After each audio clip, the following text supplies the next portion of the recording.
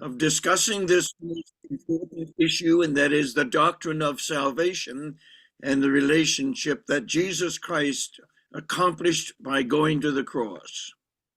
और एक बार फिर से आप सबके साथ रह करके मिल करके प्रभु के इस विशेष और खास मुद्दे पर चर्चा करने के लिए जिसको जो उद्धार का सिद्धांत है, जो बहुत ही प्रमुख और आवश्यक होता है, जिस पर चर्चा करने के लिए आज एक बार फिर से आप सबके साथ मौका दिया, प्रभु को हम धन्यवाद देते हैं। We are looking at three questions that if we answer these three questions, we will have a summary of the doctrine of salvation in our mind.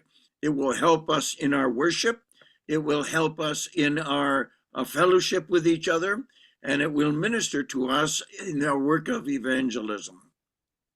और इसीलिए हम लोग जिस प्रकार से जो तीन सवालों पर हम लोग खास तौर से चर्चा कर रहे हैं, देख रहे हैं, और जब हम इन तीन सवालों को समझ जाते हैं या समझ जाएंगे, तब हम जो हमारे मन में हम जिस विषय पर जिसको उद्धार का सिद्धांत कहते हैं, उसके विषय में हम लोग अच्छे से समझने पाएंगे और हमारे सोच में भी इसके प्रति अंतर आ जाएगा।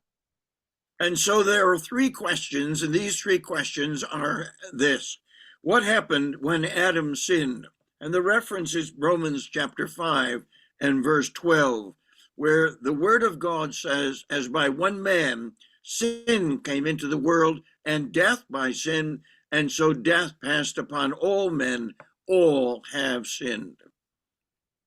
और इसीलिए जिस प्रकार से हम इस अध्ययन को कर रहे हैं, जिन तीन सवालों पर हम लोग विचार विमर्श करते चले आ रहे हैं, सो उस सवाल जो है, वो तीन सवालों में से पहला सवाल है कि क्या हुआ जब आदम ने पाप किया। सो उसके संदर्भ में उसका रेफरेंस हम लोग रोमियो की पत्र उसका 5 अध्याय उसकी 12वीं आयत को पढ़ते हैं, जहां पर लिखा हुआ है, इसलिए जैसा एक मनुष्य के द्वारा पाप जगत में आया और पाप के द्वारा मृत्यु आई, और इस रीति से मृत्यु सब मनुष्यों में फैल गई क्योंकि सब ने पाप किया। When Adam sinned way back in Genesis chapter 3, God reinvaded the earth to confront him with his sin, his disobedience, and his rejection of God's commands.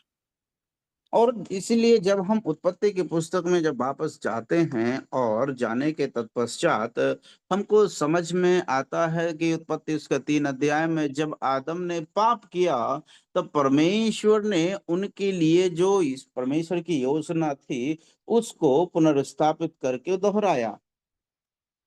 We spent 2 studies on that question, and I think we adequately answered it, and why God gives us information throughout the New Testament of the effect of Adam's sin way back in the Garden of Eden upon every person who has been born in this world. और इसलिए मैं उम्मीद रखता हूं, क्योंकि हम लोगों ने उस विषय पर दो बार अध्ययन किया था, पूरा समय 2 गुरुवार को बिताया था, और मैं ऐसी उम्मीद करता हूं कि आपने उस सवाल का जवाब के उत्तर में समझने के लिए काफी उसके विषय में जो जरूरत के हिसाब से आवश्यकता अनुसार जानकारी उसमें मिली और आपको जवाब मिला होगा, और जो कि हर एक नया जन्म पाए हुए विश्वासी के लिए, व्यक्ति के लिए आवश्यक होता है, उसके विषय में वो जो दो अध्ययन हमने किए वो काफी परिपूर्ण होंगे व समर्थन होंगे। Even before Adam's sin, God had already worked out a plan by which he could reverse the effects of Adam's sin. And so the second question is, what happened when Christ died? और इसलिए जब हम लोग उसके विषय में जानकारी ले रहे थे, तो हम इस पड़ाव पर पहुंचते हैं जहां फिर जब आदम ने पाप किया, तो जिस कारण से आदम में सब मरते हैं, तो उसी प्रकार से हम लोग दूसरे सवाल को वो जन्म देता है, और वो जो दूसरा सवाल यह है कि क्या हुआ जब यीशु मसीह मारे गए। And so we want to look, as we continue our study of the doctrine of salvation to answer the question, what happened when the Lord Jesus Christ died on the cross in Jerusalem outside of the temple? और इसीलिए हम लोग जो है इस सवाल का जवाब की खोज कर रहे हैं, इस बात को समझने का प्रयास कर रहे हैं कि इसलिए जब मसीह यीशु मारे गए यरूशलेम के बाहर, तो वहां पर उसका परिणाम क्या हुआ, उसका प्रभाव क्या हुआ, उसका मतलब क्या निकलता है। I want us to look at a flat outline and to help us understand what it was that God was doing when the Lord Jesus Christ died on the cross for our sins. और मैं आपको दिखाना चाहता हूँ एक outline जो इस बात को दर्शाती है कि वास्तव में जब प्रभु यीशु मसीह वहां पर उस क्रोस पर वो चढ़ गए थे, तो वो क्या कर रहे थे और उनका कार्य क्या दर्शाता है। And so, as you look at this, you will see at the bottom there is the description of substitution. And we spent the whole study last week looking at the impact of substitution and knowing and understanding that the Lord Jesus Christ was a substitute for all of us in order that he might die for our sins. और इसलिए हम लोग जब आप इस पत्र को देख रहे हैं, उस फोटो में आप देख पाएंगे उस जो क्रॉस के जो नीचे, सीधा नीचे लिखा हुआ है सब्स्टिट्यूशन। सब्स्टिट्यूशन का मतलब होता है कि हमारे स्थान पर कोई और मर गया, है ना, हमारे लिए प्रभु ने उपाय किया। सो जिसको हम लोग यूहन्ना उसका 19 का 30 में पढ़ते हैं। There are three great works that God was doing at the cross to provide an adequate salvation for all of mankind. और इसीलिए हम इस बात को भी देख पा रहे थे और फिर चर्चा कर रहे थे कि किस प्रकार से प्रभु ने हमारे उद्धार के लिए इस कार्य को पूरा किया है। There are three aspects that we want to look at: sin first, and then God, and then man. And those और three came together at the cross where the Lord Jesus Christ died for the sins of mankind. और इसलिए अभी हम लोग जो है यहाँ पर जो इस पत्र में जिस प्रकार से आप देख पा रहे होंगे, 3 मुख्य बिंदु हैं। उन तीनों मुख्य बिंदुओं के आधार पर हम लोग देखना चाहते हैं। पहला है सिन अर्थात पाप, दूसरा है गॉड परमेश्वर, तीसरा है मैन अर्थात मनुष्य।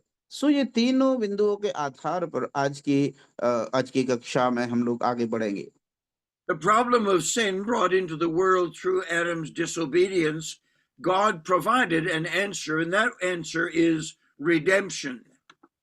और इस बात को हम लोग देखते हैं कि जो आदम का पाप ने क्या किया है, पूरी तरह से सब मनुष्य जाति के लिए पाप में डुबो दिया परमेश्वर की आज्ञा का उल्लंघन करने के द्वारा। सो इसीलिए जब परमेश्वर की आज्ञा का उल्लंघन उसने किया, तो फिर परमेश्वर को ये आवश्यक रहा कि वो पाप से छुटकारे की बात को वो उत्पन्न करता है और छुटकारे की आवश्यकता पड़ती है। And so, as a result of man's sin, man became a sinner, and everyone born into this world was overcome and becomes dominated by sin. And so, there was need for God to thoroughly change mankind from a place where he cannot be saved to a place where he can be saved. And he does that by the cross.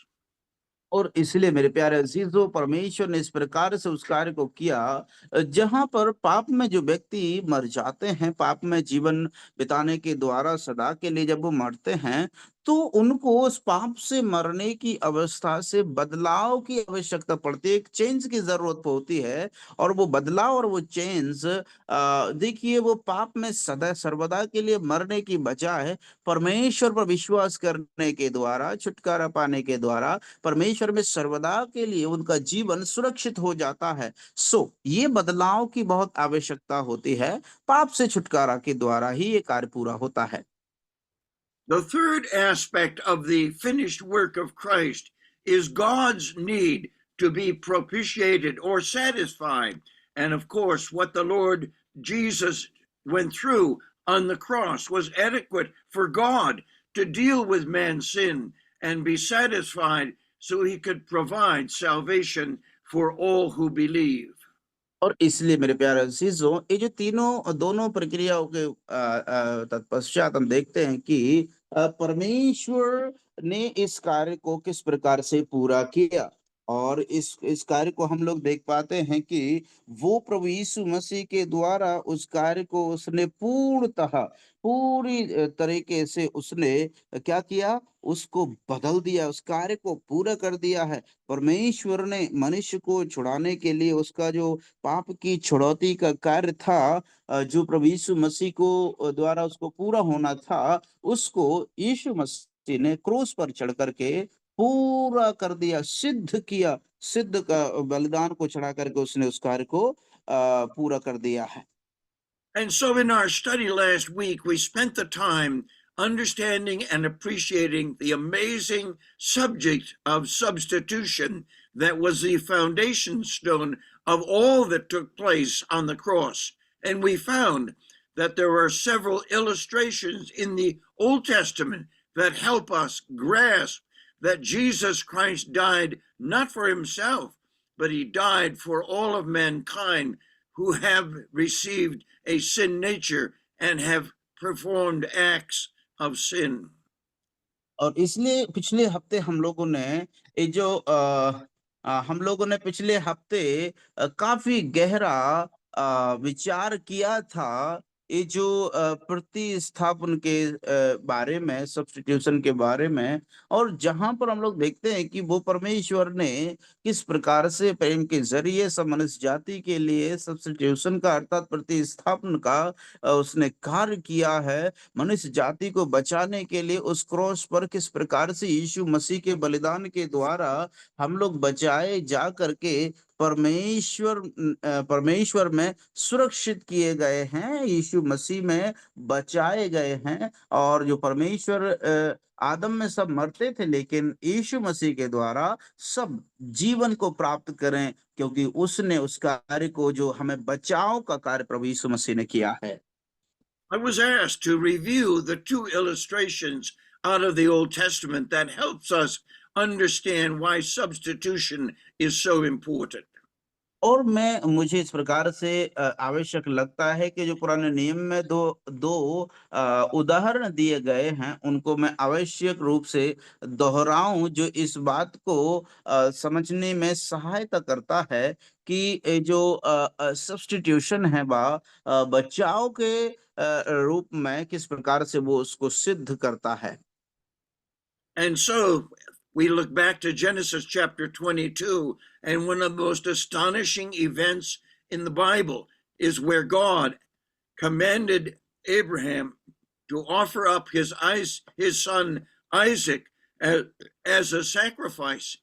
And we find that Abraham was determined to be obedient to that command in Genesis chapter 22.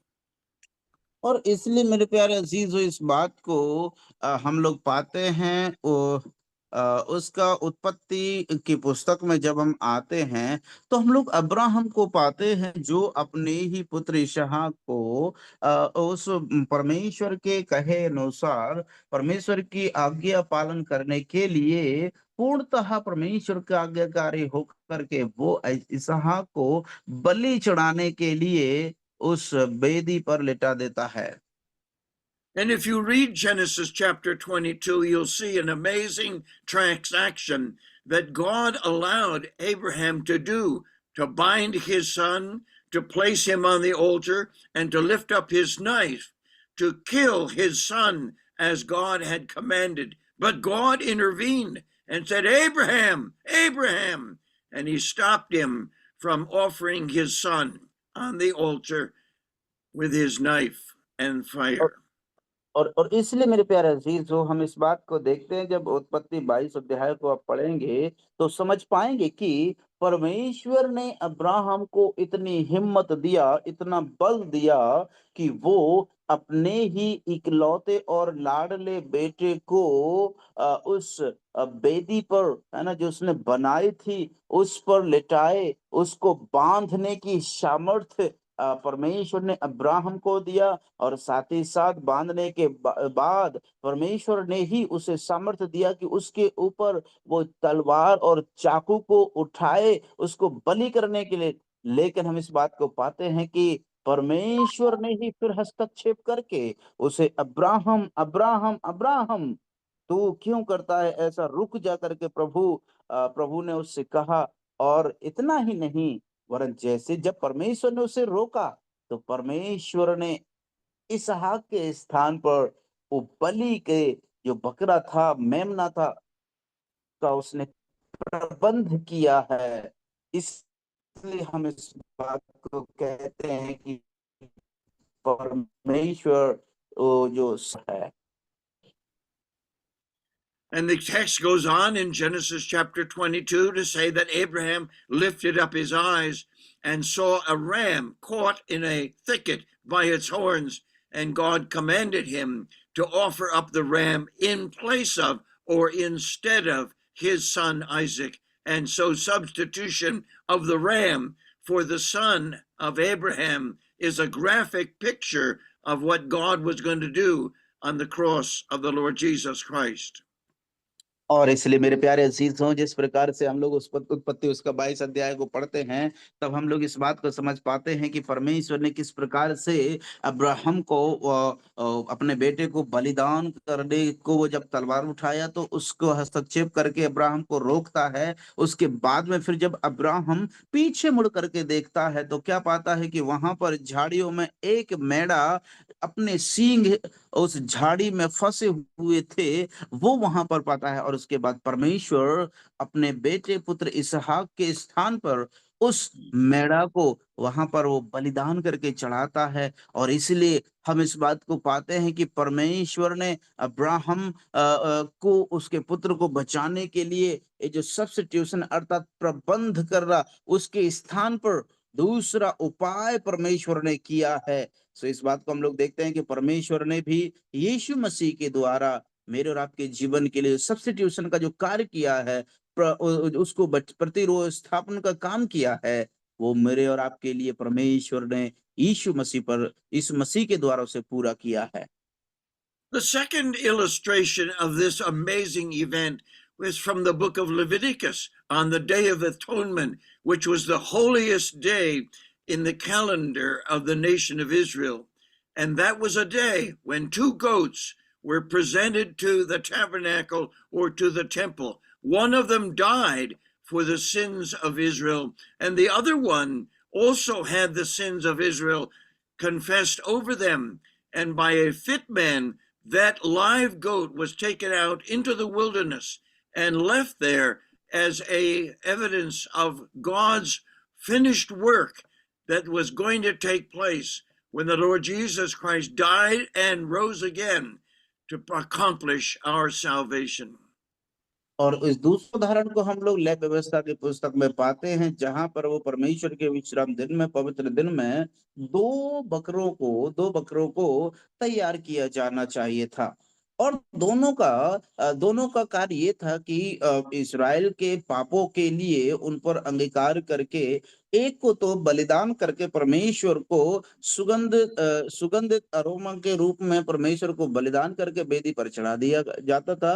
लेकिन दूसरा जो जिंदा बकरा था, उसको, उसके ऊपर सारे इजराइल के पापों को अंगीकार करके उस बकरे को क्या करते थे, उसको जिंदा ही जंगल में जा करके छोड़ दिया करते थे। और जिंदा ही जंगल में छोड़ दिए जाने से इजराइल के सारे पाप वहां पर जो करते थे वो क्षमा हो जाते थे। वह उसके पाप को लेकर के वो जिंदा बकरा क्या करता था, जंगल में लेकर के चला जाता था। ठीक उसी प्रकार से परमेश्वर ने भी हमारे हम सब के पापों से हमें बचाने के लिए यीशु मसीह पर सारे पापों को लाद दिया, और वो जीवित ही उसे क्रूस पर प्रभु यीशु मसीह लेकर के चला गया।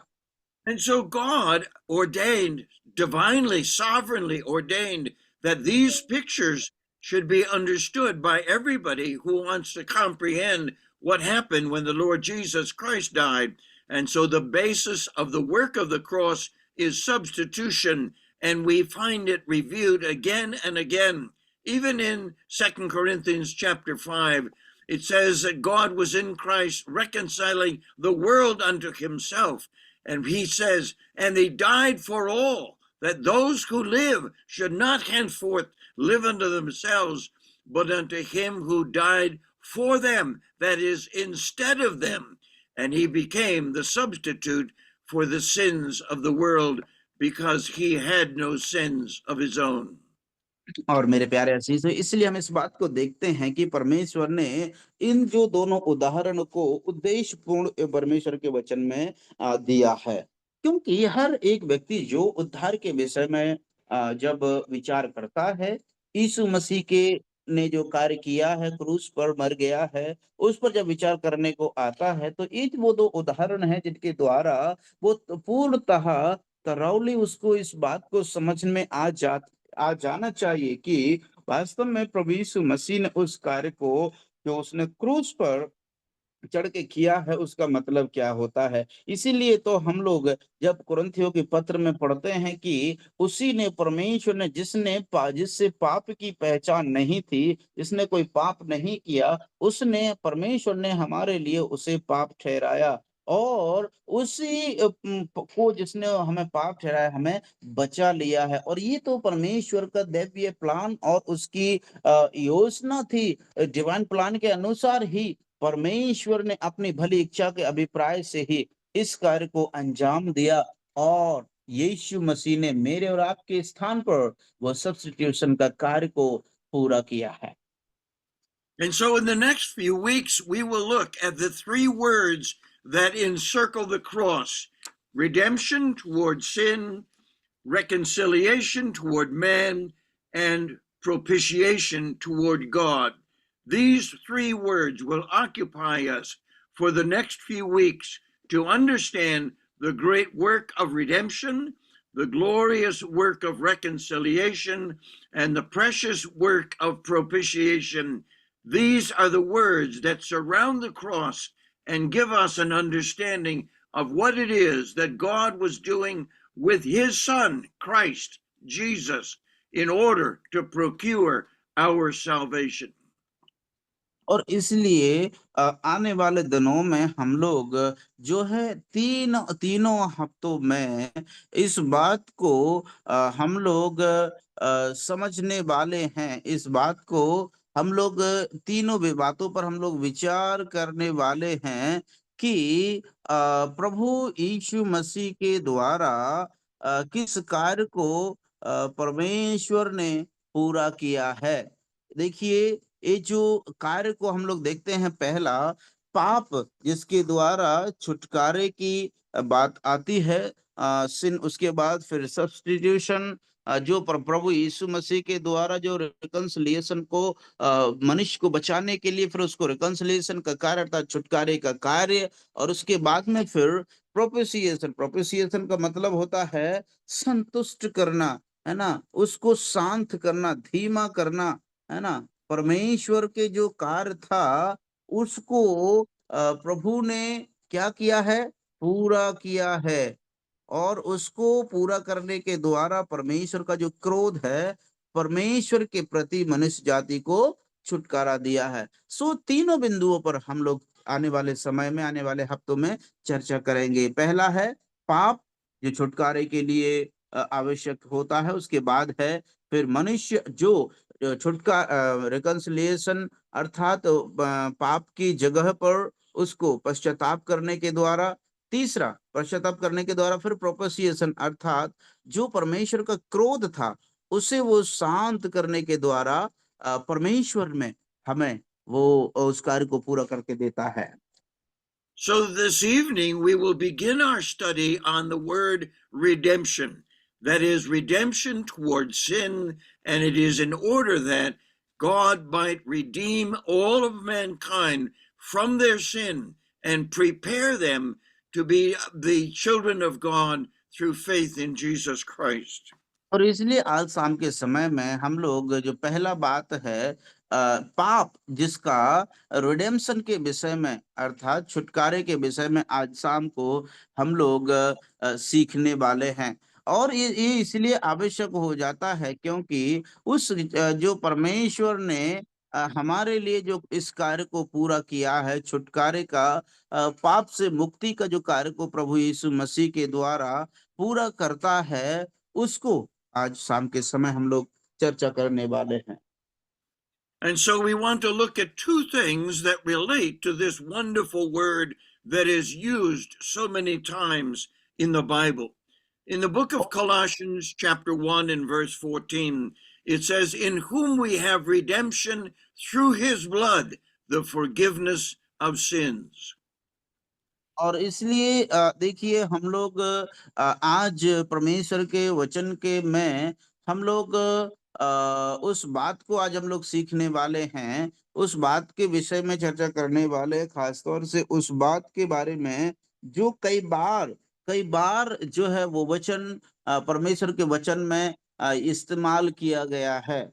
और वो वचन इस प्रकार से हम लोग पाते हैं कुलुस्सियों की पत्री में जब हम पढ़ते हैं अ, क्योंकि हमें उस परमेश्वर के द्वारा क्या किया है उसने हमें छुटकारा दिया है ना? उसके द्वारा उसने हमें छुड़ाया है। इसीलिए हम कुलुस्सियों की पत्री उसका 1 अध्याय उसकी 5वीं आयत में हम लोग पढ़ते हैं। And so the two areas that we want to look at under the subject of redemption is what is the meaning of the word redemption and what is the message of the word redemption as we see it in the Word of God. और इसलिए मेरे प्यारे अजीजों, ये जो बात है पाप मुक्ति अर्थात छुटकारे की, छुड़ाए जाने की, सो हम लोग दो तरीके से इसको समझने वाले हैं। पहला, इसका मुख्य अर्थ क्या है, इसका मीनिंग क्या है, इसका अर्थ। और दूसरा, इसका जो शब्द छुड़ाए जाने का संदेश क्या देता है, वो क्या दर्शाता क्या दिखाता है ना? सो दो तरीके से हम लोग इसको सीखने वाले हैं। मुक्ति के बारे में, है ना? पाप से मुक्ति के विषय में, मुक्ति के शब्द का अर्थ क्या है? दूसरा, मुक्ति क्या दर्शाता है, मुक्ति शब्द। And so we want to go to the scriptures and say, what is the best verses in the Bible that would introduce us to the idea of redemption? And we answer that question by turning to 1 Peter chapter 1 and reading from verse 18, 19, 20, and 21. और इसीलिए आपके हमारे मन में एक सवाल को पैदा करता है, एक सवाल उठता है कि आखिर जो पाप मुक्ति के विषय में परमेश्वर के वचन में उसके प्रति उपयुक्त उपयुक्त बाइबल वचन कौन सा है जो इस बात को समझने के लिए मदद कर सकता है। तो इसीलिए हम लोग पहला पतरस की पत्री उसका 1 अध्याय 18 से लेकर के हम जब 21 तक पढ़ेंगे तो उन बातों को समझ पाएंगे। पहला पतरस 1 अध्याय से का 18वीं आयत और 19वीं आयत और 20 और 21वीं आयत। सो इन चारों आयतों को जब हम पढ़ते हैं तो हमें समझ में आ जाएगा। क्योंकि तुम जानते हो कि तुम्हारा निकम्मा चाल चलन जो पूर्वजों से चला आता है, उससे तुम्हारा छुटकारा चांदी सोने अर्थात नाशवान वस्तुओं के द्वारा नहीं हुआ। You know that it was not with perishable silver gold that you have been redeemed from the foolish behavior that you learned from your fathers, पर निर्दोष और निष्कलंक मेमने अर्थात मसीह के बहुमूल्य लहू के द्वारा instead you have been redeemed with the precious blood of Christ who was like a lamb without blemish और स्पॉट। मसीह को जगत की सृष्टि से पहले चुना गया था, पर अब इस अंतिम युग में तुम्हारे लिए प्रकट हुआ। Christ was chosen before the foundations of the world, but now he has been revealed to you in these last times। जो उसके द्वारा उस परमेश्वर पर विश्वास करते हो, जिसने उसे मरे हुओं में से जिलाया और महिमा दी, कि तुम्हारा विश्वास और आशा परमेश्वर पर हो। दो Through him, you believe in God, who raised him from the dead and gave him glory, so that your faith and hope would be in God. Those are very, very precious verses, and they give to us a marvelous explanation of what the word redemption means and how it was used by God to bring salvation through the work of the Lord Jesus Christ, who became the Redeemer and the one who provided redemption for our sin. और इसलिए मेरे प्यारे अजीजों, ये देखिए वो बहुत ही उपयुक्त और ये बहुत ही प्रमुख वचन है जो छुटकारा, पाप से मुक्ति के विषय में, रिडेम्पशन के विषय में साफ साफ उस बात को दर्शाते हैं कि हमारा जो छुटकारा अर्थात यीशु मसीह के द्वारा हमें जो छुटकारा मिला है, वो उसका मतलब क्या है, उसका अर्थ क्या है। So, what does the word redemption mean? It means to pay a price and set free something or someone that has been chained or imprisoned and therefore needs to be redeemed. और इसलिए मेरे प्यारे अजीजों, ये जो छुटकारे का मतलब क्या होता है, वो चीज को हमें समझना बहुत जरूरी है। The answer is given to us in a number of scriptures as we try to glean, first of all, what is the position of those who are lost? और इसलिए मेरे प्यारे अजीजों, ये जो छुटकारे की चर्चा जब हम करते हैं या पाते हैं, तो ये समझने के लिए बहुत ही आवश्यक हो जाता है कि ये उनके लिए है जो अपने आप में जिनको जो छुड़ाए जाते हैं या फिर जो खो जाते हैं, नाश होने के लिए, होने वालों के लिए ये बहुत ही आवश्यक उपयुक्त होता है। There are many things that we could characterize from the scripture which would describe those who do not know Jesus Christ and are desperately in need of being redeemed from their sin.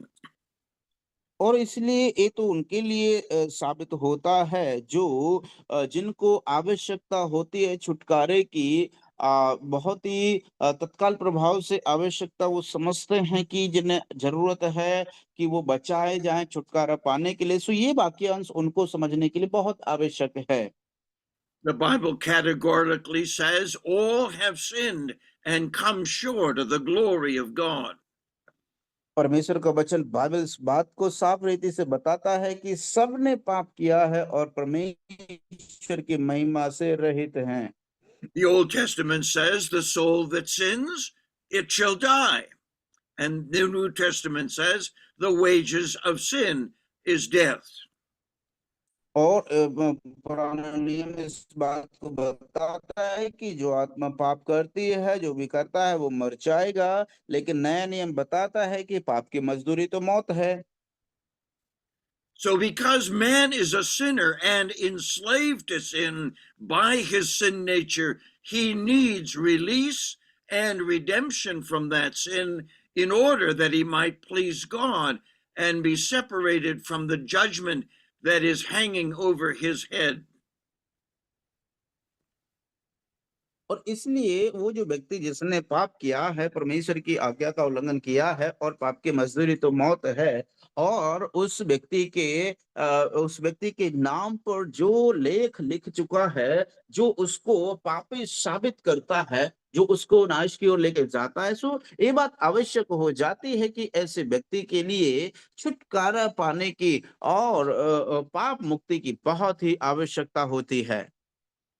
We learn in our study of the sin of Adam in the Garden of Eden that when he sinned, God placed a conscience in Adam, and he was aware of his sin and he hid himself because he realized that he was naked physically and spiritually. और इसलिए मेरे प्यारे अजीजों, जब आदम ने पाप किया था, परमेश्वर को पहले से ही मालूम था, लेकिन फिर भी ये जो आदम है उसने क्या किया, उसका जब विवेक में इस बात का एहसास हुआ कि वो नग्न अवस्था में है, निर्वस्त्र है, तो शारीरिक रूप से और आत्मिक रूप से पूर्ण दोनों तरह से वो पाप के विषय में उसे एहसास हुआ है। And so God also placed in Adam the sin nature. And that sin nature was not only produced in Adam, but all of his descendants from that time to the present is born with a sin nature, except for the Lord Jesus Christ, who had no sin nature.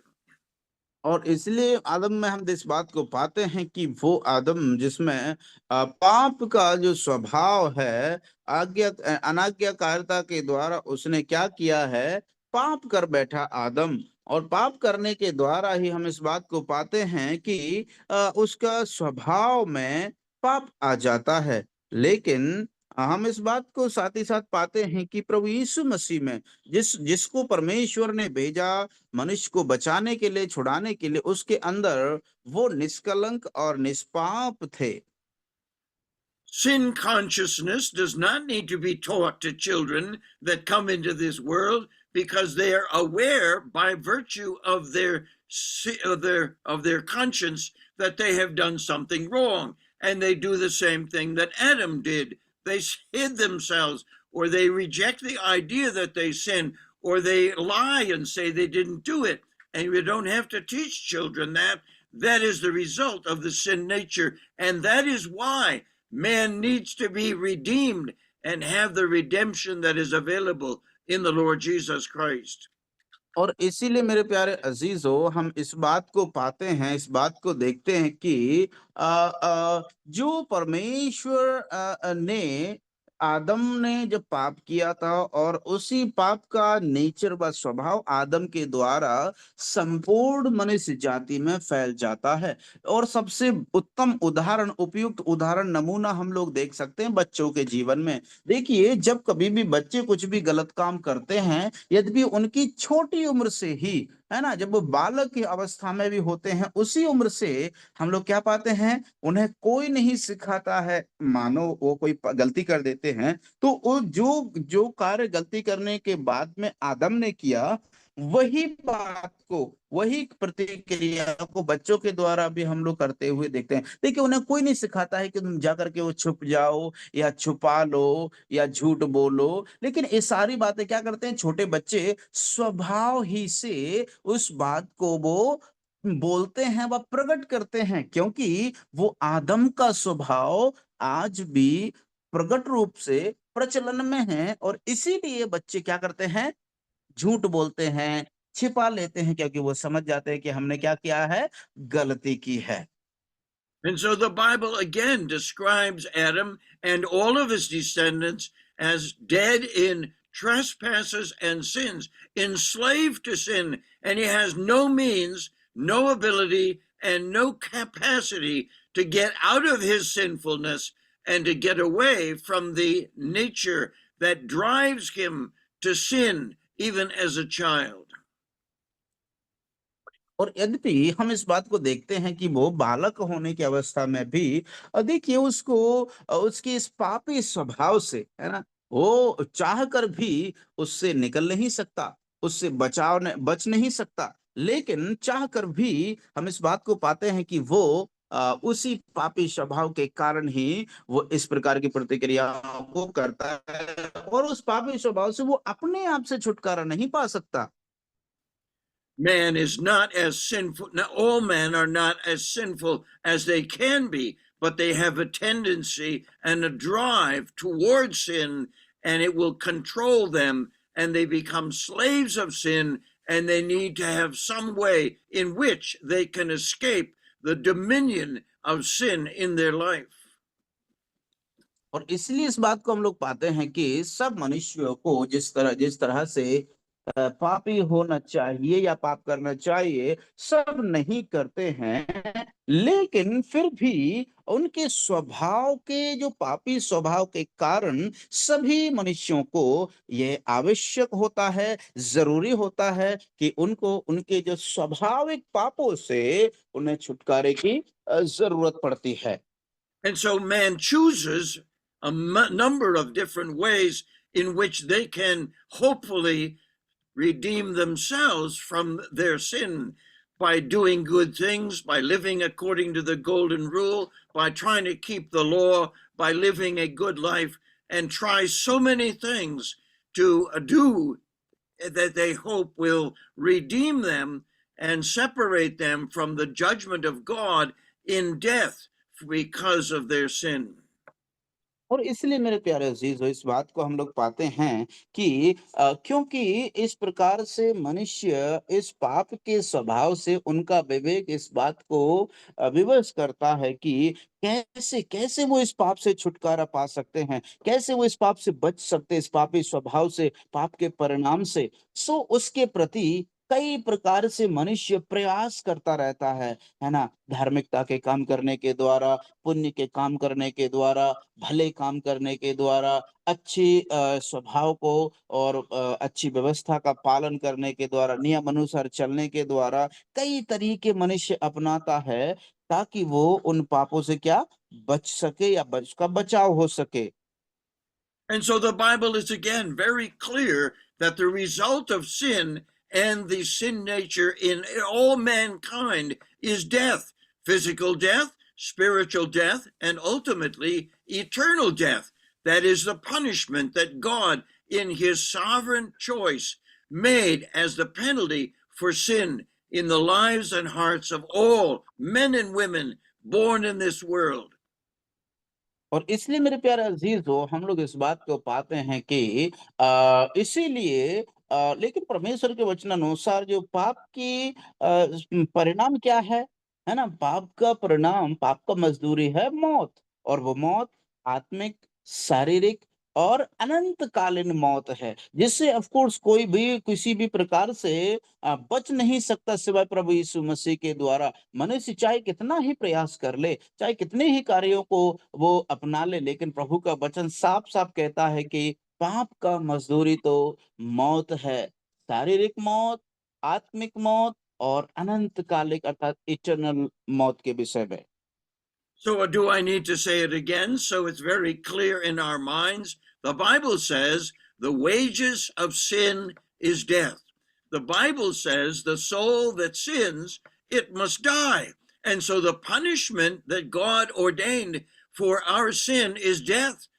And if death is the result of sin, then there is no salvation, because death in and of itself separates us not only from our body, but it separates us from God if we have not believed in the Lord Jesus Christ.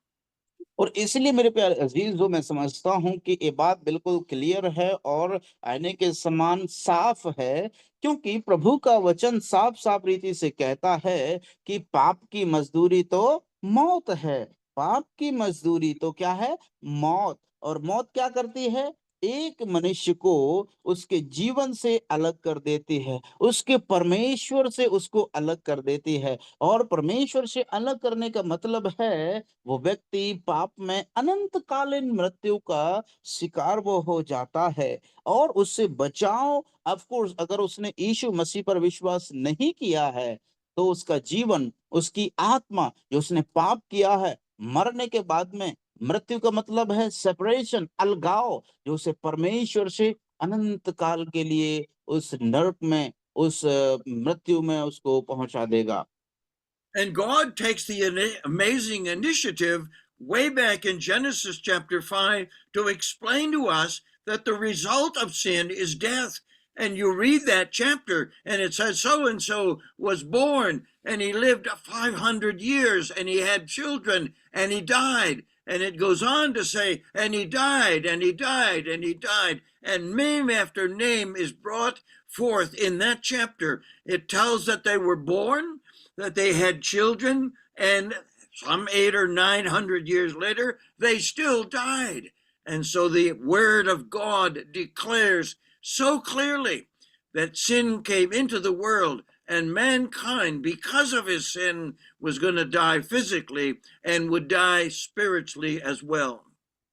और इसलिए मेरे प्यारे अजीजों, परमेश्वर का वचन इस बात के विषय में बिल्कुल साफ तरीके से बताता है, क्लियर बताता है कि मनुष्य पाप के कारण मरते हैं। यद्यपि हम लोग जब उत्पत्ति की पुस्तक में जाते हैं, प्रारंभिक समय में ही बार बार इस बात को दोहराया गया है कि वो फलाना फलाना व्यक्ति जन्म लिया, वो इतने सालों तक 400 साल, 500 साल, 800 साल, 900 साल जीवन उसने बिताया। लेकिन अंततः जो पाप का परिणाम है, परमेश्वर का वचन शारीरिक रूप से उनकी मृत्यु हुई। क्योंकि परमेश्वर का वचन बिल्कुल साफ कहता है कि जिसने पाप किया है, जो भी आत्मा पाप करती है, पाप का परिणाम सारी मानव जाति ने प्रारंभ से ही उसको भुगता है, उसको पाया है। और उसका ठीक परिणाम परमेश्वर के वचन में लिखा हुआ है कि पाप की मजदूरी तो मौत है। इसलिए जो आत्मा पाप करती है, उसको पाप के कारण मृत्यु को प्राप्त होना, ये परमेश्वर की ओर से ठहराया गया, परमेश्वर का वचन में लिखा हुआ वो सत्य है जिसे कोई भी बदल नहीं सकता। और मृत्यु का मतलब होता है वो अलगाव होना, जीवन से अलगाव होना। So many books in the Bible tell the same story. You listen to the book of Hebrews in chapter 9, and it says, "It's appointed unto man once to die, and after this the judgment." And so it goes to tell us that death is going to come to every person, because it is the penalty for having sin, for doing sin, and for having a sin nature. So every man, woman, and child is going to die because they have the sin nature. And when the Lord Jesus Christ came into this world, he came in order to pay the penalty for our sin, which is death, for us on the cross. और इसलिए मेरे प्यारे अजीजों, इस बात को हमको समझना जरूरी है।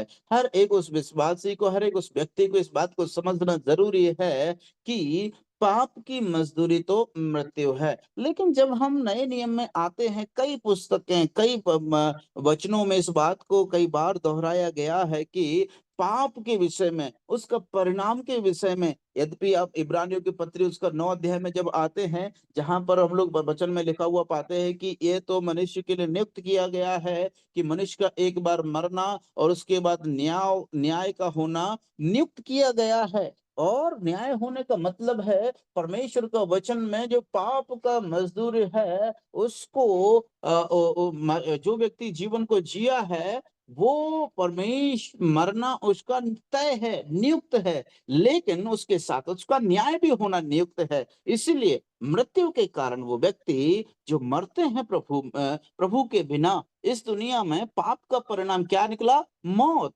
और उस मौत को इस दुनिया में यीशु मसीह आए, और यीशु मसीह ने जिस पाप के कारण मनुष्य मर रहे थे, मृत्यु को प्राप्त हो रहे थे, उस मृत्यु से बचाने के लिए इस दुनिया में परमेश्वर ने यीशु मसीह को भेजा। और उन यीशु मसीह ने मनुष्य जाति के लिए पाप का जो पेनाल्टी था, है ना, मृत्यु, उसको क्या कर दिया है? पे कर दिया है, चुका दिया है। Amen, hallelujah.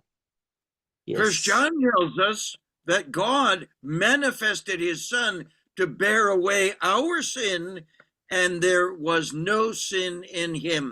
And so the coming of the Lord Jesus Christ into this world was in order, first of all, to live a perfect life. 7 different people declare that this man, the Lord Jesus Christ, is without sin. But this man was willing to die as a substitute for all of us, and his life given for our sin was adequate because he was God and he had never sinned in word, in thought, or in deed. और इसलिए मेरे प्यारे अजीज, हम इस बात को पाते हैं, पहला यूहन्ना भी इस बात के विषय में कहता है कि परमेश्वर ने जो पाप से अनजान था, उसी को परमेश्वर ने पापी ठहराया है। और इसीलिए इतना ही नहीं, वरन प्रभु यीशु मसीह ने इस दुनिया में आने के द्वारा जो निष्कलंक थे, निर्दोष थे, निष्पाप थे, उनके विषय में ऐसे 7 लोगों ने गवाही दिया कि ये व्यक्ति सिद्ध है, इसमें कोई गलती नहीं है, इसमें कोई पाप नहीं है। लेकिन फिर भी परमेश्वर के ने उनके ऊपर हमारे लिए वो प्रभु यीशु मसीह को पापी ठहराया, हमारे सारे पापों का बोझ उसके ऊपर लाद दिया।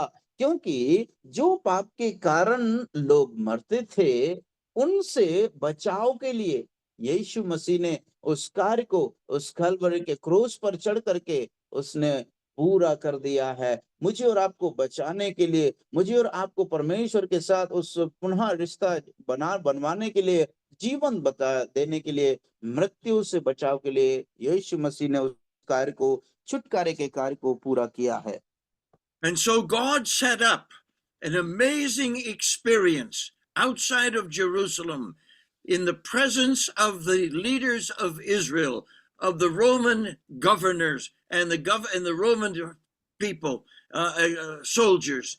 And there, at that particular point, when the Lord Jesus Christ was nailed to the cross for no sin that he had done, he paid the penalty for my sin. And God was manifesting to the world the fact that Jesus Christ had accomplished redemption for mankind. And Jesus Christ could say, redemption is finished. It is finished.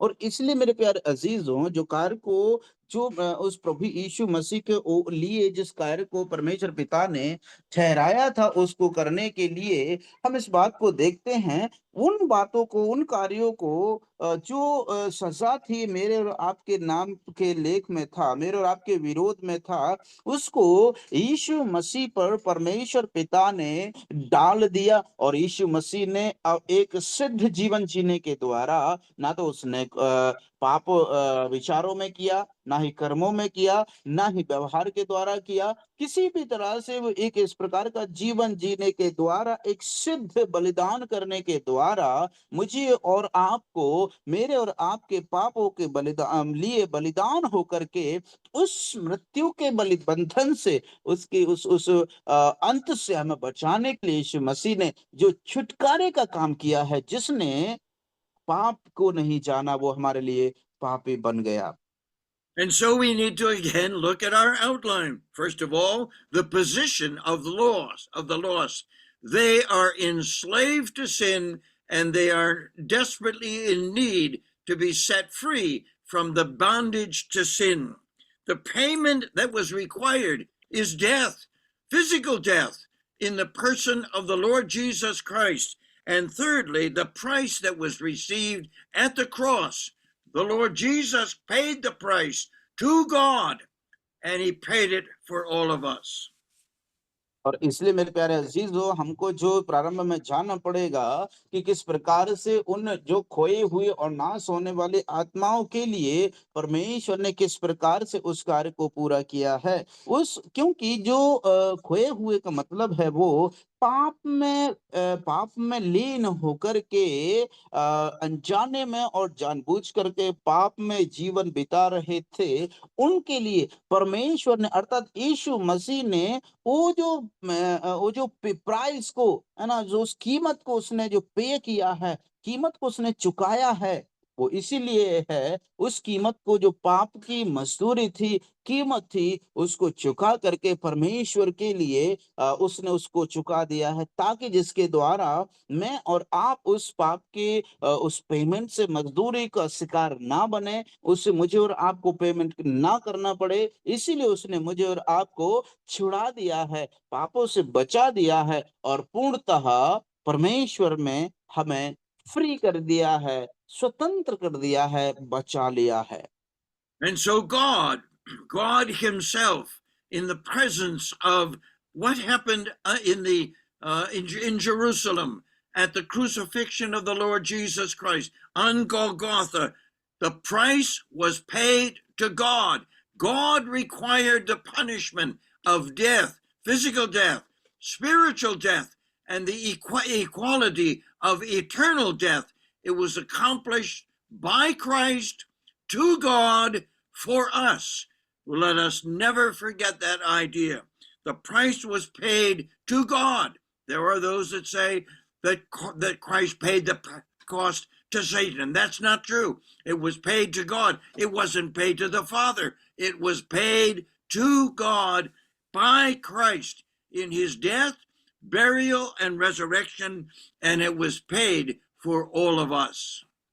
और इसलिए मेरे प्यारे अजीजों, इस चीज को हमें समझना बहुत जरूरी है कि यीशु मसीह ने यरूशलेम में क्या किया है, कौन से कार्य को उन्होंने उस कार्य को पूरा किया है। हम इस बात को समझना, हर एक विश्वासी को इस बात को जानना और समझना बहुत जरूरी है कि यीशु मसीह ने उस यरूशलेम के बाहर गोलगोता पहाड़ पर क्रूस पर ठंग करके क्या किया है। वहां पर यीशु मसीह ने उस कीमत को चुकाया है ना, जो मेरे और आपके पापों के लिए जो कीमत थी, उसको यीशु मसीह ने परमेश्वर के लिए चुकाया है। परमेश्वर के लिए यीशु मसीह ने परमेश्वर को वो कीमत चुकाया है मेरे और आपके लिए। इस देखिए, ये बात सच है, इस चीज को समझना बहुत जरूरी है, इस चीज को जानना बहुत जरूरी है। परमेश्वर पाप की सजा के बदले में डेथ अर्थात मृत्यु को होना तय था, जिसके द्वारा यीशु मसीह ने शारीरिक, आत्मिक और पापों के लिए स्वाभाविक मृत्यु से उनको गुजरना पड़ा, जिसकी यीशु मसीह के मृत्यु के द्वारा और उसके गाड़े जाने के द्वारा और पुनरुत्थान तीसरे दिन जीवित होने के द्वारा यीशु मसीह ने वो कीमत को परमेश्वर को चुकाया है। देखिए, ध्यान रखना, कई लोग इस बात को बोलते हैं कि यीशु मसीह ने शैतान को वो कीमत चुकाई है, लेकिन ये गलत है, परमेश्वर के वचन के अनुसार नहीं है। वो कीमत यीशु मसीह ने चुकाया उस क्रूस पर, वो परमेश्वर के लिए, परमेश्वर को उसने चुकाया है मेरे और आपके स्थान पर, मेरे और आपके लिए, ताकि मैं और आप पुनः दोबारा उस मृत्यु का जो कीमत है उसको चुकाने की आवश्यकता ना पड़े। ध्यान से सुनिएगा, मैं एक बार रिपीट करता हूं कि यीशु मसीह ने गुलगुता पहाड़ी पर परमेश्वर के लिए कीमत चुकाया है मेरे और आपके बचाव के लिए। इस बात को ध्यान रखना है। So how could Jesus Christ do all that on the cross? इसलिए एक सवाल खड़ा होता है, आखिर कैसे यीशु मसीह इस सब को उस क्रॉस पर पूरा कर पाते हैं, कैसे? First of all, he had never sinned, not in word, not in deed, not in thought. And so because he had not sinned, the judgment of God against him was not necessary. He did not need to die because he had sinned. इसलिए मेरे प्यारे अजीजों, देखिए, प्रभु यीशु मसीह ने किस प्रकार से उस कार्य को पूरा किया, क्योंकि देखिए, यीशु मसीह निर्दोष थे, निष्कलंक थे, जिन्होंने ना तो विचार के द्वारा कोई पाप किया है, ना तो उन्होंने स्वभाव के द्वारा कोई पाप किया है, ना ही उन्होंने कार्यों के द्वारा कोई पाप किया है। इसीलिए जब वो निर्दोष और निष्कलंक थे, जिनके अंदर कोई पाप नहीं था, तो उन्हें जो परमेश्वर का न्याय आता है, उस न्याय के अधीन या उनके विरोध में वो न्याय नहीं था, नहीं होना चाहिए, क्योंकि जब उसने पाप ही नहीं किया है तो उसको सजा उसको क्यों मिलना चाहिए। लेकिन फिर क्यों प्रभु यीशु मसीह ने उस कार्य को किया है? Not only had the Lord Jesus Christ never sinned, but because he was God, the value of his life was infinite. And the death of God, if I can say it that way, was of infinite value, so that everyone in the world could be covered by this substitution that the Lord Jesus Christ, as the God-man, made on Calvary's cross. And it was of infinite value, so that the word of God can say, "Come unto me, all you that labor and are heavy laden, and I will give you redemption. I will pay for your sin. I will set you free from sin, and you will live. You will have life. My life will come and live in you."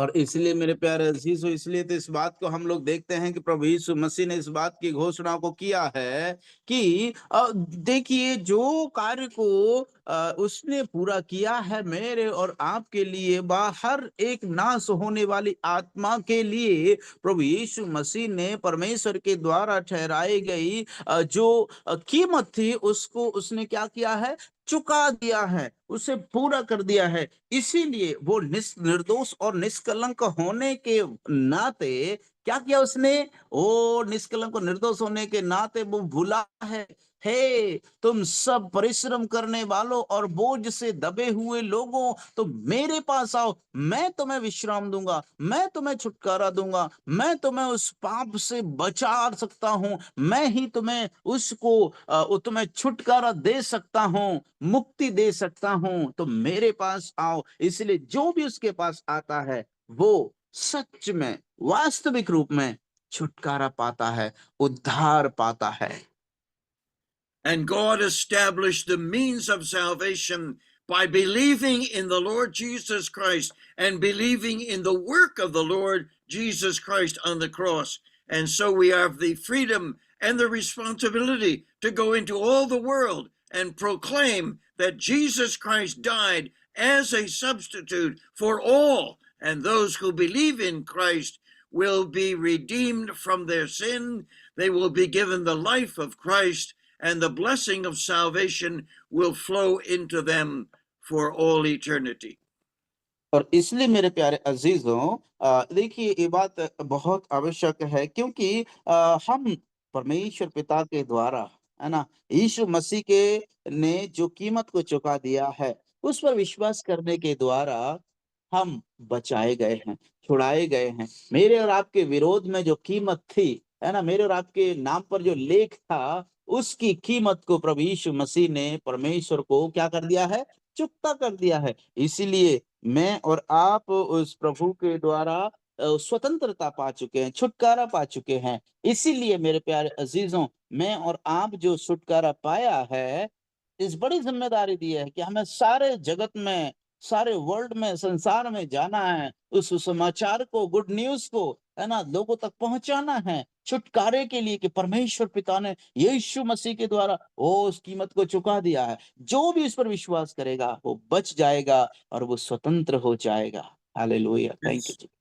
And so I say to you this evening, if you have never received the Lord Jesus Christ as your Savior, you can do that tonight. Believe that Jesus Christ died as your substitute and that God accepted the death of Christ in your place. And now you can have the blessing of God's salvation, and you will have been redeemed from death and redeemed from destruction. और इसलिए मेरे प्यारे अजीजों, अगर आप में से कोई भी ऐसा है जिसने अभी तक वास्तविक रूप में उद्धार नहीं पाया है, यीशु मसीह को ग्रहण नहीं किया है, आज रात्र वो समय है। आप अपने हृदय को खोल दीजिए, यीशु मसीह के सामने आकर के उसको एक्सेप्ट कीजिए, अंगीकार कर लीजिए, प्रायश्चित करके ओ प्रभु यीशु मसीह को ग्रहण कर लीजिए। क्योंकि इस बात में विश्वास रखिए कि आपको परमेश्वर पिता यीशु मसीह पर विश्वास करने के द्वारा ग्रहण कर लेंगे, एक्सेप्ट कर लेंगे, क्योंकि आपके पापों के लिए, मेरे पापों के लिए उस कीमत को प्रभु यीशु मसीह ने चुका चुका दिया है। वो मुझे और आपको छुटकारा दे सकता है, वो मुझे और आपको बचा सकता है, जिसके द्वारा हम जब छुटकारा पाएंगे, तब यीशु मसीह का जीवन मेरे और आपके अंदर जीवित रहेगा, और वो छुटकारा पाया हुआ, आजाद हुआ, स्वतंत्रता पाया हुआ जीवन मुझे और आपको मिल सकता है, जो भी उस पर विश्वास करे। And so we thank God for this wonderful plan of salvation, and we will continue to understand it next Thursday as we contemplate what happened when the Lord Jesus Christ died on the cross. और इसलिए हम आने वाले दिनों में भी, अगले गुरुवार को भी इसी विषय पर हम लोग और गहराई से समझते रहेंगे, समझने का प्रयास करेंगे, जब तक प्रभु हमारी सहायता करे इस बात की जिस पर हम चर्चा कर रहे हैं कि क्या हुआ जब यीशु मसीह उस क्रूस पर मारे गए। प्रभु की इच्छा हुई तो अगले थर्सडे को भी हम लोग इसके विषय में सीखेंगे। Father, we are blessed by having such a wonderful Savior and such a glorious plan of salvation to redeem us from sin and death through Jesus Christ our Lord. Amen. प्रभु यीशु मसीह परमेश्वर पिता, हम आपको धन्यवाद देना चाहते हैं कि हमें आपने एक अद्भुत उद्धारकर्ता अर्थात सेवियर को आपने हमें दे दिया है। इसके द्वारा हम जीवन को पा सकते हैं। इसके द्वारा पाप की कीमत को हमने चुकाया है और हम पिता आप हमें एक्सेप्ट करते हैं, ग्रहण कर लेते हैं, जिसके द्वारा हमें स्वतंत्रता मिल जाती है। इस इतने अद्भुत उद्धारकर्ता को आपने हमें दिया है। हम धन्यवाद करते हैं प्रभु यीशु मसीह के नाम में। आमीन।